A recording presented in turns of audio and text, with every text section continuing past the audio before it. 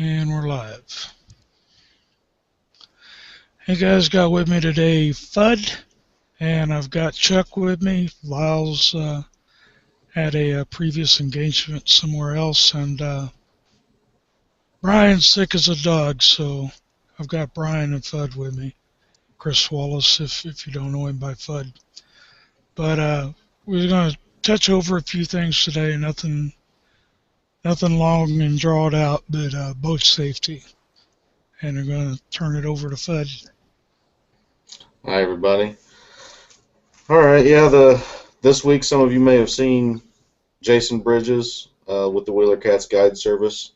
He talked about how he went out fishing for some bait, some shad, throwing the cast net, and front of his deck was pretty slippery, and while throwing the cast net, he slipped right into the water. And at 42 degrees, no life vest on, he was pretty much getting sucked down. Had only seconds to grab onto the boat, managed to fight his way to do it, pull himself up. Luckily, he had one of the ladders on the back of his boat that you can get in and out of the boat on. Came back, posted about it to let everybody know that you just can't do things like that, not have your life jacket on, not going out, by yourself in the winter. And just boat safety is really something to take serious. You got to respect what the boat is, what the water is to you. I mean, it can take you in a heartbeat if you're not respectful of it. So, we're going to do some of the tips and things to help out with what you need to do, some tips to do it and make it easier. Let's see what we got here. If you're on a boat with somebody that's not necessarily your boat, you want to make sure that you know where the life jackets are. Don't be afraid to ask. If the boat's moving, put it on. I know a lot of people are real bad about doing that. They just don't put it on, or if it's a big orange bulky one or something like that. I do it myself at some points, but at the very least, you want to have it very, very close at your feet. Like, I will step on mine sometimes and just have it attached to my foot or something like that. I would more recommend you just wear it. And if you can, today, now they have the life vests that are very thin, barely even tell that they're on, and it's something that's comfortable to wear all day, even over a coat, under a coat, whatever. If you got kids with you on the boat, make sure that you're watching them, that they know, not to be running around on the boat. That especially if the boat is moving, not to get up or move around. Just some general safety things for them. If you're on any water that you're unfamiliar with, don't go flying down the lake or the river if you don't know it. You don't know that there might be some stumps or rocks or something. So just take your time, be safe. Just to break in here a second, there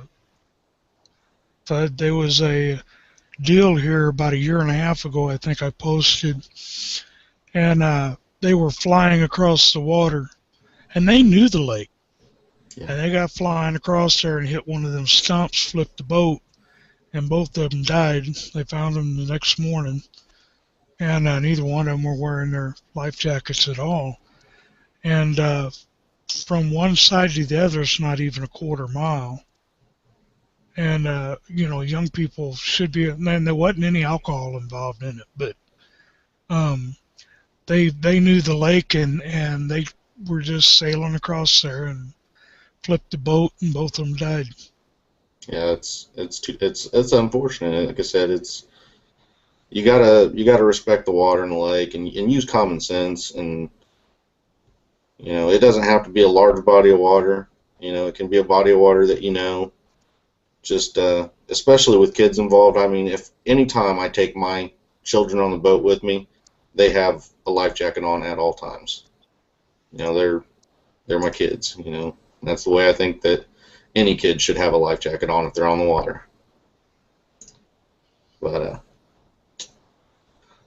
Yeah, I mean, if it's your boat, anybody that gets on it, give them some rules. Let them know they have to follow them while on your boat.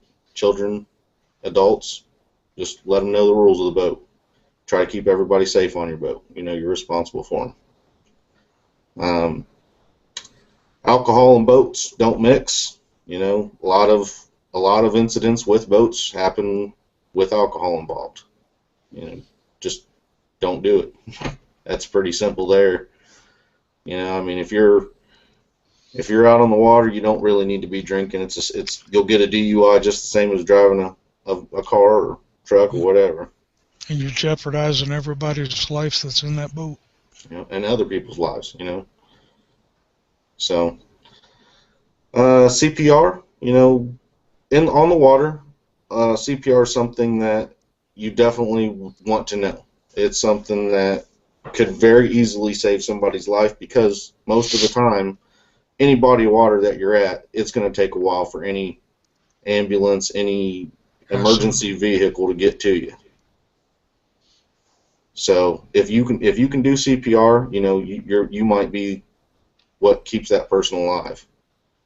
And so if you can learn it, take a class, watch it online, do an online training course. There's lots of ways that you can just learn it and have that peace of mind. Be aware of your weather. So if the weather's if you think there might be some bad conditions coming in, try to plan accordingly.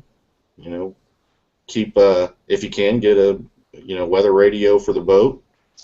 Have a VHF radio for just in case anything does happen. You might be able to call out for some help there. But really just being aware, trying to prepare for the weather conditions that is forecasted. Always let somebody know where you're going to be at. What body of water, where you plan to be on that body of water, if you can. And if you're not back by a certain time, so that they have a place to start looking at. So normally give them a time frame of when you should be home, so that way they also know when to start looking. I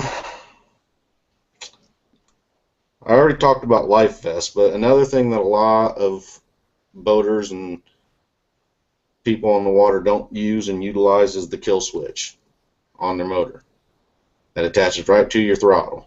And pretty much, like Paul was talking about, if you're on a small body of water or large body of water, you don't have that kill switch attached to your vest or body, whatever. You hit a stump, you go flying out of that boat keeps going. And I've also heard stories of where that boat actually turns and might even come to run you back over, and it'll just sit and run in circles on you. So if you have that kill switch, it's most of you know them as the red coily cable that attaches right there, and it'll the other end of it attaches to the person on the boat. So that way, if they get thrown overboard, anything like that, it yanks that thing out of there and shuts the boat off. That's something that is way, way underutilized, and it really should be used a lot more. And I need to do it myself a little more. So, one last thing from me on the boat safety. Well, a couple more things. Anchoring. Anytime you're anchoring in a body of water with a current, especially with a current, you do want to have a knife up near your anchor rope, very close, easily accessible. I've seen many times where I was anchored up and a large tree was coming right for me. And if you go to pull that anchor up and it's stuck and you can't pull it out, if that tree hits that rope, it can pull the whole front of your boat down and under the water in a matter of seconds. I mean, you need to be prepared for that and can't be looking for a knife if you see that thing coming too late. So if you always have a knife, either you can Velcro them, like put the double, sticky-sided Velcro on both sides of a knife and like the side of your boat up front, and then one on the back. You'll always have it there, and it won't move anywhere, and you'll have it easily accessible.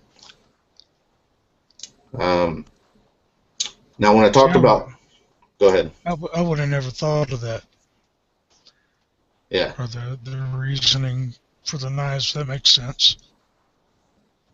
The last thing that I guess I would talk about would be when I just talked about Jason Bridges falling in the water. As soon as I read that, I thought, well, is there anything out there that could have helped that? I came across a Canadian company, and it's called Arctic Armor. You may or may not have heard of it. I never had until I found it, and it basically is a warm jumpsuit that, like a jacket, pants, that is made with a material that is buoyant. And it's buoyant to the point of it can hold, I think it's a 280-pound man above water. And then if, say, two other people were to fall in the water as well, they could hang on to that man and it would still stay buoyant with three people holding the Oh, man. hell, I'm drowning. I'm 300 pounds, man. I'm drowning. Yeah. But Don't yeah, they call that a Gumby suit or something? I know they got something like that on. yeah, but I mean, this one, what you're thinking of probably is very large and not very easily worn and comfortable and everything. The company Arctic Armor has made it. It's a very thin material. They have like 3 versions of it where it has 1 layer, 2 layer, and 3 layers. And I believe, the more layers, the more buoyant it is. If you were to go to YouTube, you could just type in Arctic Armor, and you will see the videos of them, just standing on the edge of the dock and falling in wearing it, and they just float. It's a pretty, and you would think, yeah, sure, it's nice and everything, and it's $400 for a suit or something. It's really not. It's not bad at all. I want to say it's like anywhere from $70 to $90 for the pants or the jacket, and you can buy both of them, for under $200, right around there. So, and they're warm, from what I could tell. They're warm, buoyant, something that, if you're not even wearing your life vest, it would still save you if you fell in. Most people, anyway. So I think the website for their, and I'm not sponsored by them or anything like that, but they're, just like I said, one of the things that I looked up when I seen that he had fell in, what is there out there might help somebody. And their website's www.idigear.com, and it seems like it'd be a pretty nice product. So if anybody is looking for something like that, they want something to be able to wear on a boat that's not super thick and can't move around, but it's warm and comfortable, and might save them if they ever did fall in, that would be something to look at. Yeah, because I just imagine hitting that water and then having to make that ride all the way back to your truck and. Yeah, I have a story about that myself. I had a boat. I had a boat out on the Ohio River, and we had tied up to a wall, and it was pretty cold. It wasn't summer or anything. It was cold water, cold air outside. Matter of fact, there was probably foot whitecaps out there at the time. We went to take off, and my buddy was on the front of the boat, and he's a big guy too. He was holding a rope that was tied to that wall, and I put the boat in forward gear, and for whatever reason, I guess the linkage in my motor had came off for forward gear, but when I put it in forward to go forward, it actually shot me in reverse. Well, when it did that, of course, he was holding that rope on the wall, and it basically yanked him right overboard into the water. And I took the boat out of gear and ran up there and grabbed a hold of his arm. I mean, about as fast as you could see a fat guy move. So I grabbed a hold of him, got him over to the bank. He had, soaked clothes on, freezing cold water. All I had was my trolling motor to get us back up to the creek and get to the ramp that we were at. So it took us a good 45 minutes to an hour to get back to the ramp. And now one of the things that I always do as well is bring a spare set of dry clothes with me, and I have it in the back of my truck. I could have told you that. Been there, done that a couple times too. Sean pull up forward and me fall right out of the damn boat. You got anything to add, Chuck? You're awful quiet over there. Um, I was going to talk about hooks and having kids in the boat. What I do, the little foam earplugs you get that don't have the cord on them, I keep some of those in my boat because you can't watch a kid every second, and they'll start swinging around them number 10 circle hooks and number 8s and stuff. Just stick that earplug on there about halfway. If they hit it hard enough, it may go on through and get them, but more likely it's just going to swipe right by them. But if that point barely gets a hold of them, it's going on in. Yeah. And also always check and make sure the cutting device you have in your boat will cut through the hooks that you use. Some of these eagle claw hooks and these owner hooks, a lot of these hooks are real tough, and regular needle nose with cutters and regular dikes will not cut through these. You have to have a pair of lineman pliers or something. So if you do have a hook that you got to push on through and cut the end off of it to pull the hook back out or whatever, make sure that you have something in the boat that'll cut the end off these. Get a little bitty set of bolt cutters. Yeah, well, I got some lineman Sixes and pliers. 10s are pretty tough. I got some big electrician lineman pliers, and you'll be surprised how hard you got to squeeze them before you can cut that hook in half. They're pretty tough. And myself, I wouldn't want to be out there having to make it all the way back to the truck and then drive somewhere to get a hook out when I could have got it out of me. And also, I see a lot of guys that keep their fire extinguisher back in their bilge, and that's really not a good place to keep it. You need to keep it on the front of your boat, because if there's a fire, usually it's going to be in your bilge or at your boat motor, and you're not going to be able to get your fire extinguisher.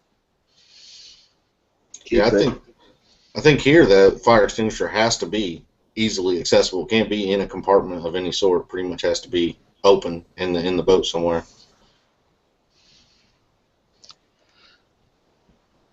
I think so.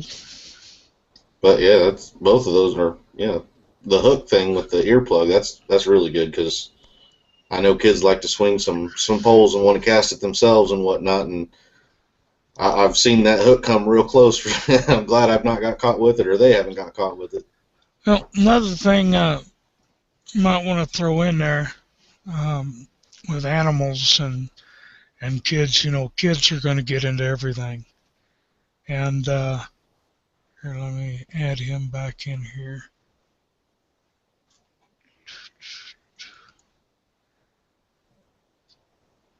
Bounced out of there for some reason, but we're going to send it back to him. The one thing that I've had personal experience with was cats. And I had my fishing poles and stuff. We came in back when I fished with liver and all that garbage, and left the liver on the hook. And we had a cat that was named Stupid, and he managed to knock the poles down and get the hook in his mouth. So I ended up having to go to the vet and spend about $60 or $70. But the same thing with kids, man. You got to keep that tackle away from the kids, because it don't matter how many times you tell them. If you're not around, they're gonna go looking. And I've run in that too much, and finally just got to where I lock my stuff up. But there's just a lot of things. If you think about it before you do it, you'll find a reason not to do it. But other than that, I think it's pretty well all for the safety thing. If y'all ain't got any more on that part. Just use common sense. Keep everything that you're supposed to have in your boat, like whistles and flares and anything like that. Keep it all ready. Keep a first aid kit in your boat. There's lots of people I've heard that don't have that, and that's something simple that you should have. Yippers. I can't wait till I get my flare gun.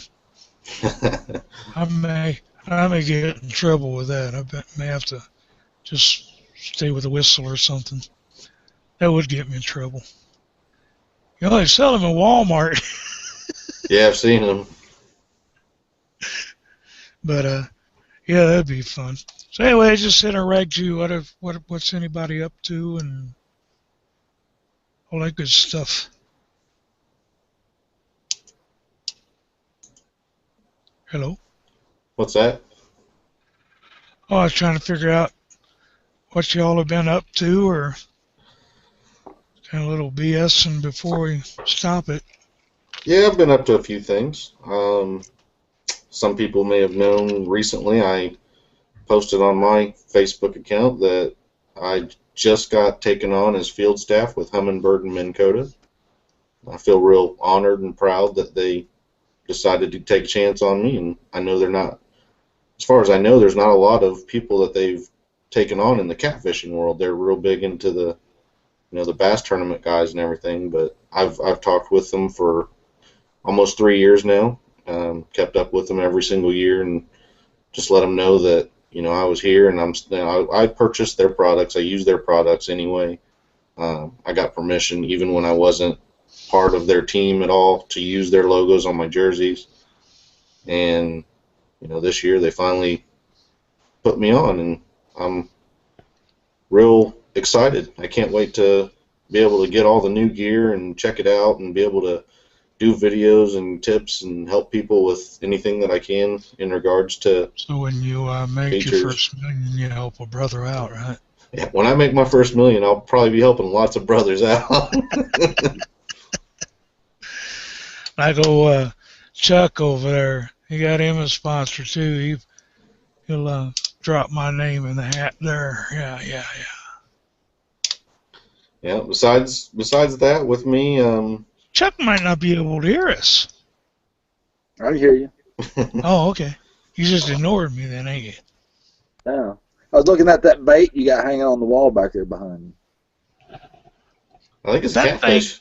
that thing is a catfish. It actually talks. Is that a catfish at all? Yeah. Hell yeah. Hang on here a minute.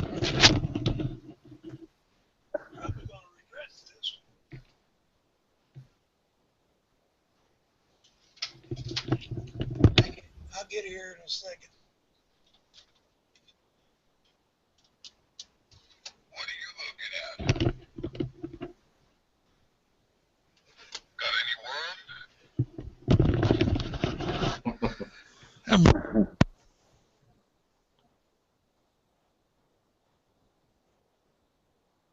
I think he unplugged his mic. Yeah.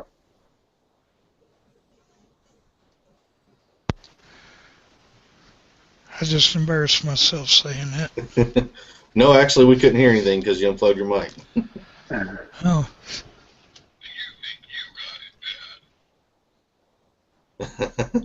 Yeah, I know my talking fish. Justin got that for me.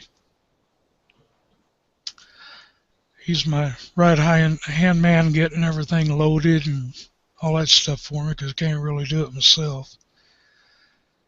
So he loads up all my equipment and makes sure I've got bait and all that stuff, and then goes out fishing with me. And if I get into trouble, he's right there. So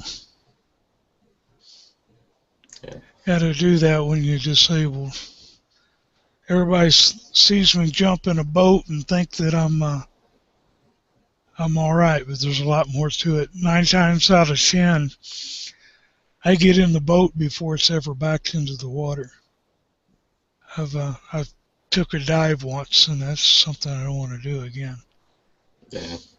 Yeah, you know how that gap kind of gets wider between the boat and the deck? Dock. Yeah, I had that happen once. As far as the other stuff with me, if you guys have seen pictures where I decided to make a website, and it's basically a just for fun website. If you've seen the pictures of somebody holding a catfish and that catfish does the dance on them, and you get that picture snapped right when that picture does the dance on them, or right when that catfish slaps the crap out of them in the face or whatnot. I got one of those videos where Danny's big old catfish slapped him right in the face. Yeah, I'm creating a website called catfishkungfu.com, and it's going to be All just right. it's So going to now be you know. Now you know you're going to get a clip, right? yeah, and it's going to be just for when them fish decide to do their kung fu for the camera, or just to slap somebody or whatever, and just for people to look through photos and rate them. And I might give away a gift card or something for the top rated photos every 6 months or a year. But it's just going to be a fun site, just to look at pictures of the catfish doing their dance and doing their kung fu. And Well, you ought to see if that's available. Catfish Kung Fu. oh, it is. I've got the domain. Okay. I'm working on it right now. I'm getting the logo made. I'll have it up and going. You could probably go there now and just see the general gist of it, but it's I would not like ready to yet. get. I would like to get something made like you have on your jersey, like a cartoon picture of myself. The caricature. Who does that? Do you know? Do you still talk to them, or you do it, or? Oh, no. I paid somebody to do it. I think I used to be in a crew. We called ourselves a Muncie Catfish Crew, and I had the guy, do a caricature of all three of us in a boat catfishing, and I want to say I paid like $100 for it. Wow. Yeah, but it's something you can always use. Yeah, Could I you kind of imagine liked me it. being cartoon? Be like a I white can. fat Albert. Yep, I can see it now. Come on, Chuck. You're too quiet over there. I'm just getting pumped up. I got a little tourney tomorrow, and I'm doing some strategy in my head. And then if I got everything ready, I got to get the boat hooked up here in a minute and pull out about 3 a.m. I got about a 2-hour drive. Where's that at? And then, it's on the other side of the Alabama state line, up on the Upper Coosa. It's above Weiss Lake. There's a small little tournament up there, and it's the same spot that they're going to be having a Bass Pro Shop Big Cat Quest tournament the 1st of March. So I just see this as a good opportunity for me to go up there and do a little pre-fish for it. Just a little. Wasn't there some kind of issue going on in the Coosa? Something I can't remember what it was about. It had to do with catfishing. Yeah, a bunch of guys catching a lot of big flatheads and taking them out of the river.